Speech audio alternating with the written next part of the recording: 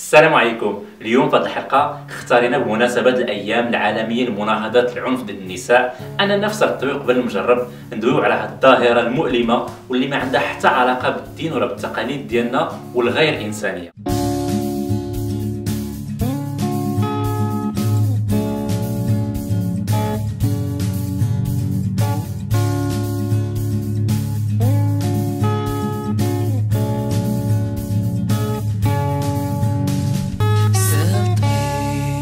اللي خصنا نعرفوه ان تقريبا 62% ديال العيالات في المغرب كيعانيو من انواع مختلفه ديال العنف، و280 الف امراه كتعاني من الاضطهاد في الخدمه ديالها، ومن هاد 280 الف 32 الف منهم كيعانيو من الاضطهاد الجنسي. العنف انواع، وحنا كاطباء من خلال العمل ديالنا في السبيطارات كنشوفوا النتائج ديالو.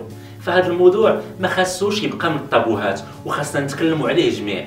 فحتى شي حاجه ما كتبرر اننا نشوفوا مراه ناعسه في الانعاش لان باها ولا خوها ولا راجلها تعدى عليها، وحتى شي حاجه ما كتبرر اننا نشوفوا مراه في المستعجلات مجروحه دمها كيسيل لان شي واحد ضربها، وحتى شي حاجه ما كتبرر اننا نشوفوا بنيته ولا مراه الجسم ديالها مكويدو ولا بالعافيه ولا مرشوش كاع بالمقاطع لانها ما لباش الرغبات ديال الناس اللي خدامه عندهم، وحتى شي حاجه ما كتبرر ان ديك المراه يتفرض عليها طيح الدري اللي في الكرش ديالها. واحد السؤال، واش عمركم شفتوا الحاله ديال شي مرأة اغتصبات؟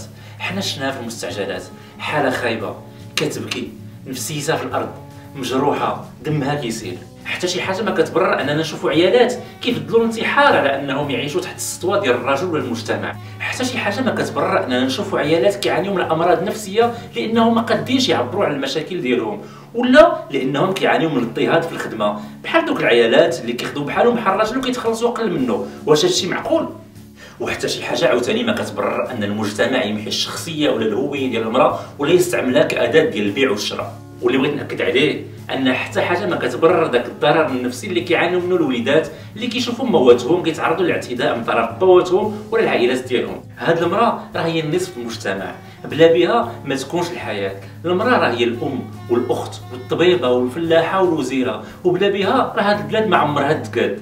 الانسان كتعرف قيمته من خلال التعامل ديالو مع الناس الاخرين، فقيمتك كاب ولا اخ ولا زوج كتكون من خلال التعامل ديالك مع المراه. فداك الشيء علاش راه خاصنا نهتموا بالصحه وبالراحه ديالها. وحنا ما غاديش نكونوا احسن من النبي صلى الله عليه وسلم اللي قبل ما يموت وصى للعيالات وقال لنا رفقا بالقوارير، والقوارير راه هما النساء. واذا كانوا مواتكم وخواتاتكم والزوجات ديالكم عندكم غاليين بارطاجيو هذا الفيديو باش ناس اخرين يستافدوا. واسم الطاقم ديال البرنامج ديال التطبيق المجرب كنهديو هذه الحلقه لكاع العيالات، وكنشكركم على المتابعه. نتلاقاو في الحلقه الجايه ان شاء الله. كان معكم الدكتور سي محمد الزهري جابري.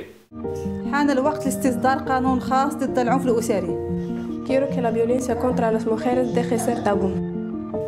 نشط تنغاص أزوج الحياة بلا العنف. Tous contre la violence.